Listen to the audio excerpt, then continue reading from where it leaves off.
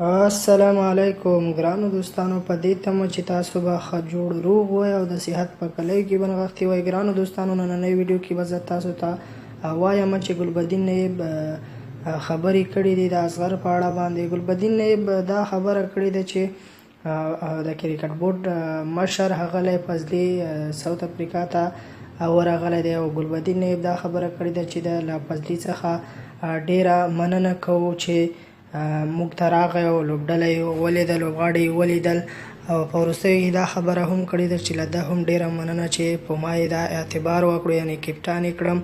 نو دا خبره خلک کوي چې اصغر افغان بیا کپټن شو، خو اوسه پورې دا خبره دروغ ده، رښتیا نه ده. ګلبدین په خپله دا خبره کړې ده چې له فضلي صاحب مننه کوم چې په ما یې دا اعتماد وکړ چې کپټن یې کړم.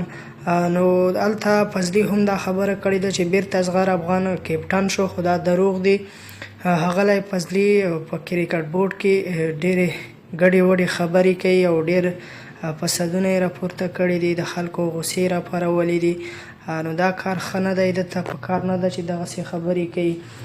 ولې هلته اصغر افغان بدل کړ، کپټان یې ګلبدین نایب کړ. اوس وایي چې ګلبدین نایب بیا بیرته لرې شو، اصغر افغان بیرته کپټن شو، خو دا دروغ ده. هلته ګلبدین وایي چې د فضلي صاحب نه ډیره مننه کوم چې زه یې په ما یې اعتماد وکړ او زه یې کپټن کړم.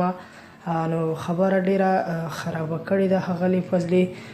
باید دا په افغانانو باندې لوبې ونه کړي او داسې کارونه باید بیا ترسره نه کړي. اصغر افغان چې یو ډیر ښه کپټان دی باید کپټان وای. دا خبره دا پریکړه یې کړې نه وای. خو که ویډیو مو خوښه شوي لایک یې کړئ، زموږ چینل خامخا سبسکرایب کړئ، ضرور یې سبسکرایب کړئ دوستان.